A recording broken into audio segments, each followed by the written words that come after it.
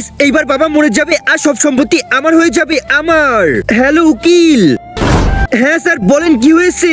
উকিল, তুই আমার সব সম্পত্তি অনাথ ছেলে মেয়েদের ভিতরে দিয়ে দে, ঠিক আছে? আরে অনাথ ছেলে মেয়েরা কিসের জন্য তোমার সম্পত্তি পাবে? তোমার ছেলে রাজু এখনো বেঁচে আছে, সব সম্পত্তি আমি পাবো।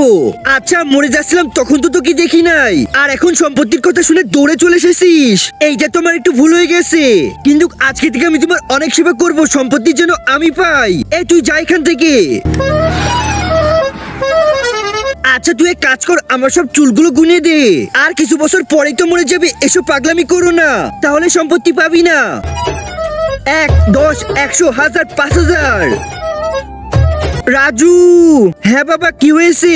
একটু ভিতরে আয়। হ্যাঁ বলো, কি হয়েছে? পিছনটা ধুয়ে দে। বাবা এবার কিন্তু বেশি বেশি হয়ে যাচ্ছে, সম্পত্তি লাগবে না।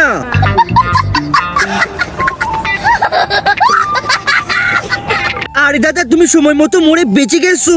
আমি মরছিলাম না, আমাকে মেরে ফেলেছিল। তোর বাবার সম্পত্তির জন্য আমি শুয়েছিলাম, আমার মুখের উপরে বালিশ দিয়ে আমাকে মেরে ফেলেছিল। দাদা, তোমার এই বদলা তোমার এই নাতি নিবে।